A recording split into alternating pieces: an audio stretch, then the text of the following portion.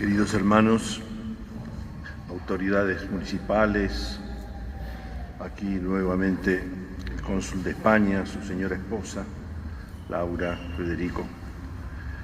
Bienvenidos a esta iglesia catedral de Nuestra Señora de la Merced para celebrar la Pascua. En continuación, la octava más solemne de todo el año, como celebrar 8 veces el día de Pascua. Y hoy, con esta circunstancia que nos ha sorprendido de alguna manera a todos, la Pascua del querido Francisco, Papa. Cuando va a suceder algo terrible, no sé por qué, si es por la intuición femenina, por lo menos el Evangelio es así, sucede que las mujeres se presentan o da la impresión de que conocen lo que va a pasar antes. De hecho, por ejemplo, María de Betania es la única que adivina el pensamiento de Jesús y no tiene otra cosa que hacer que un gesto. En algunos evangelios unge la cabeza, en otros, como el de Juan, los pies, como diciendo lo que no es capaz de expresar y lo que los apóstoles tampoco. Seguían quizá peleándose quién iba a ser el más importante, quién a la derecha, quién a la izquierda. Iba llamando el teléfono aquí y allá. No creo que sea Dios, pero bueno, por ahí. Pero también, por ejemplo, la mujer de Pilato en el Evangelio de Mateo dice: no te metas con este hombre, porque he tenido pesadillas a causa de él, no te metas.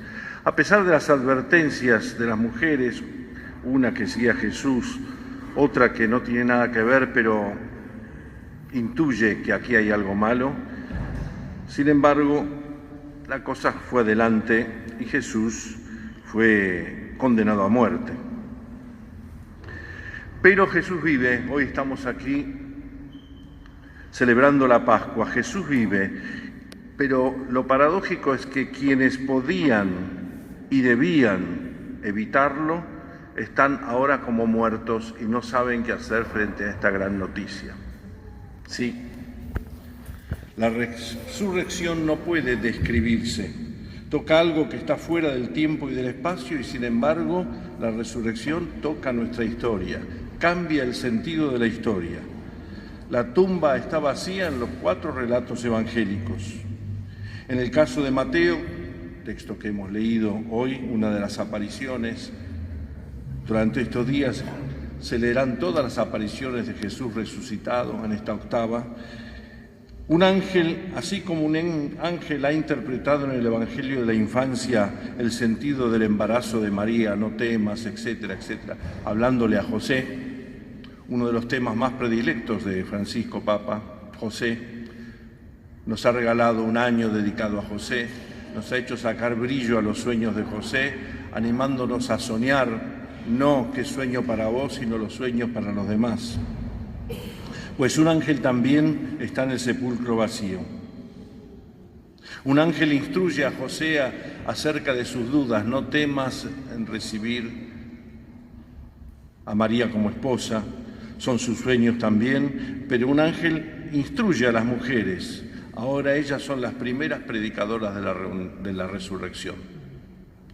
Quizá con este sentido teológico Francisco ha querido dar, no es que él dé más importancia a las mujeres, sino reconoce lo que la mujer en la Iglesia es y está buscando y le buscó un reconocimiento adecuado de toda la comunidad cristiana. Sí, pero esta predicación de la resurrección se da también, paradójicamente, en el mismo texto aparecen el temor y el gozo. Por acá, el teléfono por allá. Yo veo que no le hacen caso a la guía que comienza: por favor, apaguen sus teléfonos. Pero siguen llamando. No es que tengo problemas con los teléfonos, que me distrae, ¿qué va a ser? Nuevamente, entonces, como en el caso de Herodes cuando era chico Jesús, que engaña a los magos, que les dice, qué bien, yo también voy a adorar, vengan y cuéntenme, así yo voy a adorar, y lo que quería es matarlo.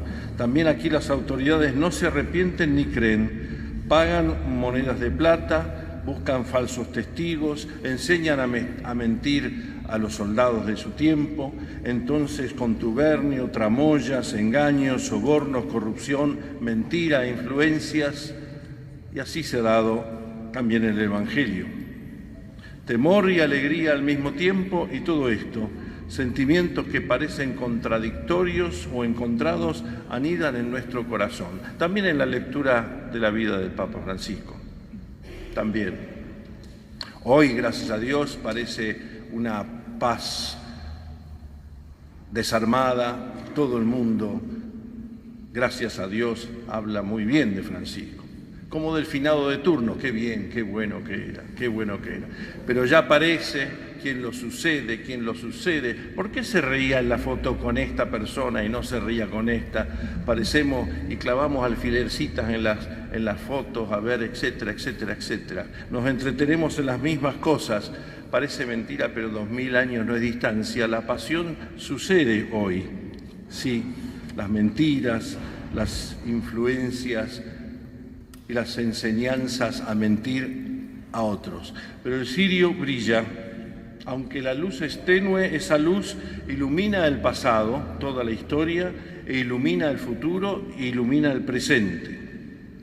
Durante todo el tiempo pascual, que tantas veces el Papa ha acompañado en sus catequesis, en las célebres misas ahí en la capilla de Santa Marta, o después, la Iglesia va desplegando el pan de la palabra con los hechos de los apóstoles, que nos ayuda a entender cómo ha crecido la Iglesia, y con textos del Evangelio, las apariciones, y luego a partir del domingo que viene todo el Evangelio de Juan, para ayudarnos a crecer para adentro.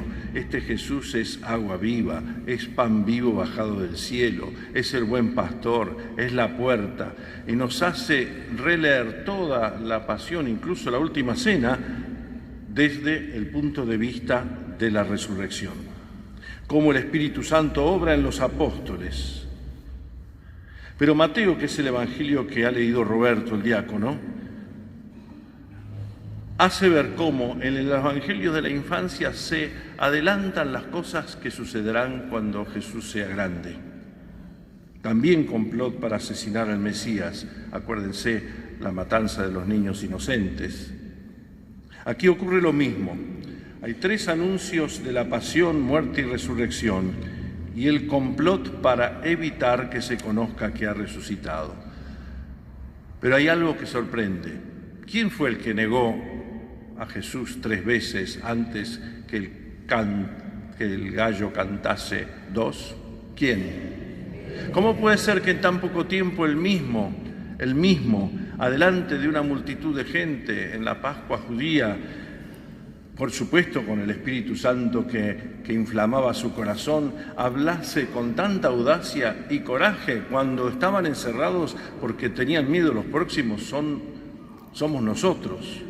Hablando y dialogando con la multitud con claridad, mansedumbre, confianza, prudencia y apedagógica, pero audacia y coraje.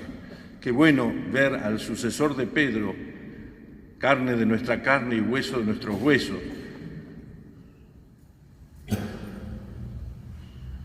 del barrio al lado donde nací yo, pero yo no llegué, del centro de Buenos Aires geográfico, hablando de la manera que nos ha hablado, sin acariciar los oídos de nadie, sin la adulación, sin la mentira típica del acusador, sin hablar mal de los terceros ausentes, sino recordando, volviendo a poner en el corazón la memoria del pueblo santo de Dios, con parresía, libertad y coraje, con esperanza. En este año que nos regaló Peregrinos de Esperanza, año jubilar, bueno, el Señor le ha dicho, ya está, ya has puesto la esperanza en los labios y en el corazón de todos, vení, vení. Porque las palabras proféticas de Pedro y de su sucesor, a quien hoy recordamos con especial afecto, son las palabras de alguno que sabe leer los acontecimientos, pero a la luz de la palabra de Dios, contra toda posibilidad de un relativismo que nos centrifuga y descuartiza. O también leer la palabra, pero tomándole el pulso a la realidad. Qué bueno ha sido escuchar a Francisco cuando nos hablaba del Evangelio, pero tratando de tomar el pulso a la vida que nos toca hoy, y no simplemente abrir cofres antiguos, desempolvarlos y volverlos a guardar, como si hoy hubiera que decir lo mismo que ayer o antes de ayer. Muchos preferiríamos eso, así no nos conmueve el corazón y así no nos invita a cambiar de actitudes. Sí, la luz del cirio ilumina el pasado, el futuro, pero el presente. La murmuración a que nos ha tenido acostumbrado Francisco, no la murmuración de Francisco, sino nuestra murmuración, ha hecho de la historia, porque no es historieta, y más que historieta, histeria. Si se sonríe, si no se sonríe, cuántos minutos cada audiencia, la hora referí y todas esas cosas. Cuánto tiempo que hemos perdido y cuánto quisiéramos tenerlo un poco más para, rendidos y con la guardia baja, saber que nos está hablando del nombre de Dios en el Evangelio. Sí, ese estilo de hacer política o chusmerío, escrache, bullying, ha provocado en la historia derramamiento de sangre. Para muchos derraman sangre, para otros nos hemos lavado las manos para tapar ese derramamiento de sangre. Y el triunfo aparente, muerto el perro se acabó la rabia, me refiero a Jesús, ya está, los secuaces de este impostor, bueno, pero dicen que no vaya a ser que pongamos un piquete de soldados para vigilar la tumba. Pero resucitó. Bien decía Tertuliano, la sangre de los mártires es semilla de nuevos cristianos. Si alguien tiene que morir para que triunfe una ideología barata, hoy también buscamos matar a quien puede obstaculizar nuestras ideologías baratas. Baratas para el porteño es berreta, y lo soy, no berreta, o también puedo ser berreta y barato, pero porteño. ¿Hasta cuándo hemos de provocar la señal de ok del César de turno para quedar bien? No sé. Pedro, en su discurso valiente, y aquí hablo de uno y del otro, del primero y del último que el Dios con su infinita bondad nos ha regalado, carne de nuestra carne, sangre de nuestra sangre, ha hablado nuestro lenguaje, ha hecho las bromas que hacemos nosotros, pero no nos gusta, quisiéramos otra cosa. Señala Pedro en el discurso de hoy la verdadera corresponsabilidad de unos y de otros, del Sanedrín, de la autoridad política romana.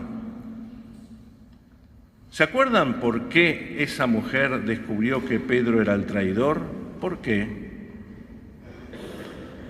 El acento.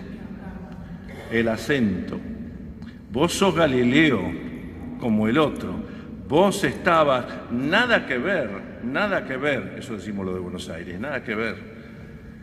Sin embargo, cuando se ama mucho a alguien, se nos va pegando el acento. ¿Y qué es lo que Jesús dijo desde la cruz ante el circo que se le hizo a los pies?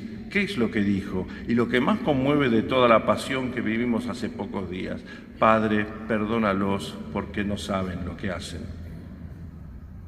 Y Pedro, ¿por qué se le pega el acento de Jesucristo a pesar de haberlo traicionado? Les dice hoy a las autoridades, y se los dirá en el Sanedrín, pero ustedes esto lo hicieron por ignorancia. Sí, la ignorancia es la causa de todo pecado. Porque nosotros, cuando le reprochamos a un ser querido que nos ha hecho algo mal, ¿cómo decimos? Si supieras cuánto me dolió lo que dijiste. Es como si dijéramos ignorantes. Lo hicieron por ignorancia, pero nadie puede callar ahora la voz del Evangelio. ¿Por qué murió Jesús? Jesús murió porque, según la autoridad constituida, ha actuado de tal manera, y eso el proceso trató de demostrarlo entre gallos y medianoche, que debe morir, merece la muerte. Un proceso religioso, un proceso civil bajo la autoridad de Pilato, gobernador romano. La relación del hombre con las cosas, la relación del hombre, del ser humano con las personas, la relación del hombre con Dios, fueron las causas de los delitos que le acusan a Jesús. Y acuérdense que la relación de cualquier hombre, de ser humano, con la creación, con las cosas, con la economía, con la política, etcétera, forman parte de nuestra cultura. La relación o cómo nos organizamos también políticamente con los demás forma parte de nuestra cultura. ¿Qué religión tiene ese pueblo? Forma parte de nuestra cultura, aunque se la quiera cancelar. Bueno, esos son las causas del dedo de la autoridad religiosa y de la autoridad política. No respeta nuestras cosas santas, el templo, la ley, el sábado, debe morir.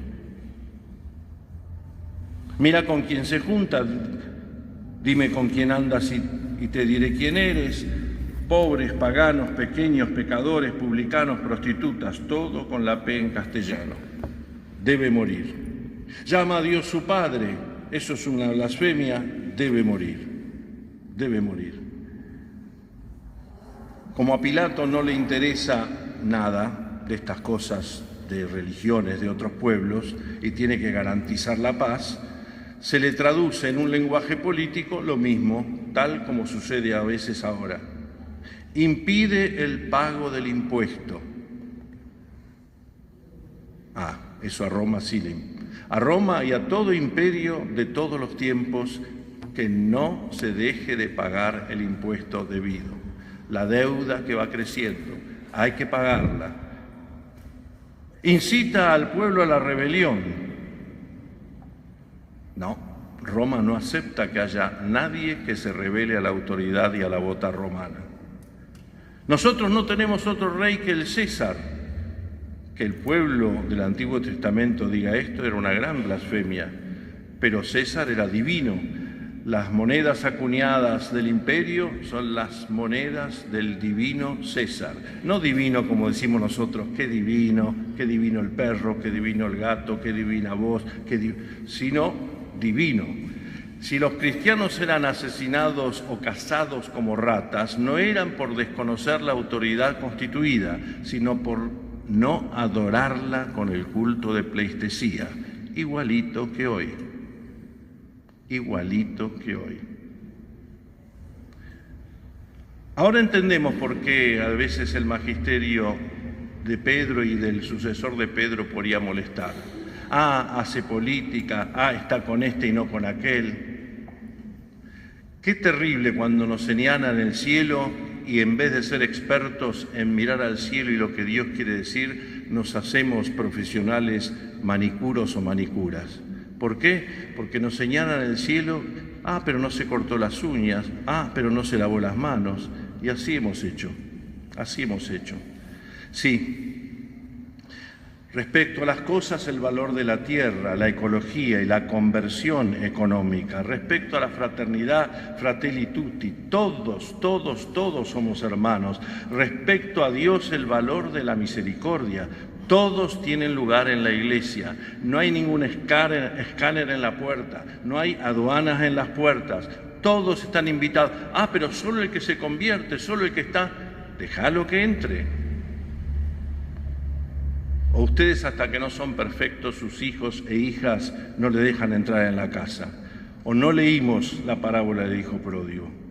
Sí, contra toda grieta, negocio de unos, motor partidista de otros, hay una sola grieta válida que está frente a nosotros. O se robaron el cadáver y somos los más estúpidos de los hombres, porque seguimos un velorio o Cristo resucitó y todo esto tiene un sentido nuevo.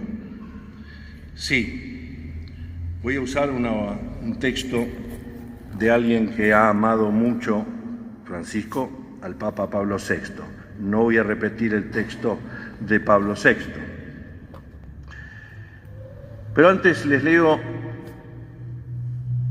el colofón del testamento de Papa Francisco. O sea, la última parte, es muy breve. El Señor dé la merecida recompensa a todos aquellos que me han querido bien y continuarán rezando por mí.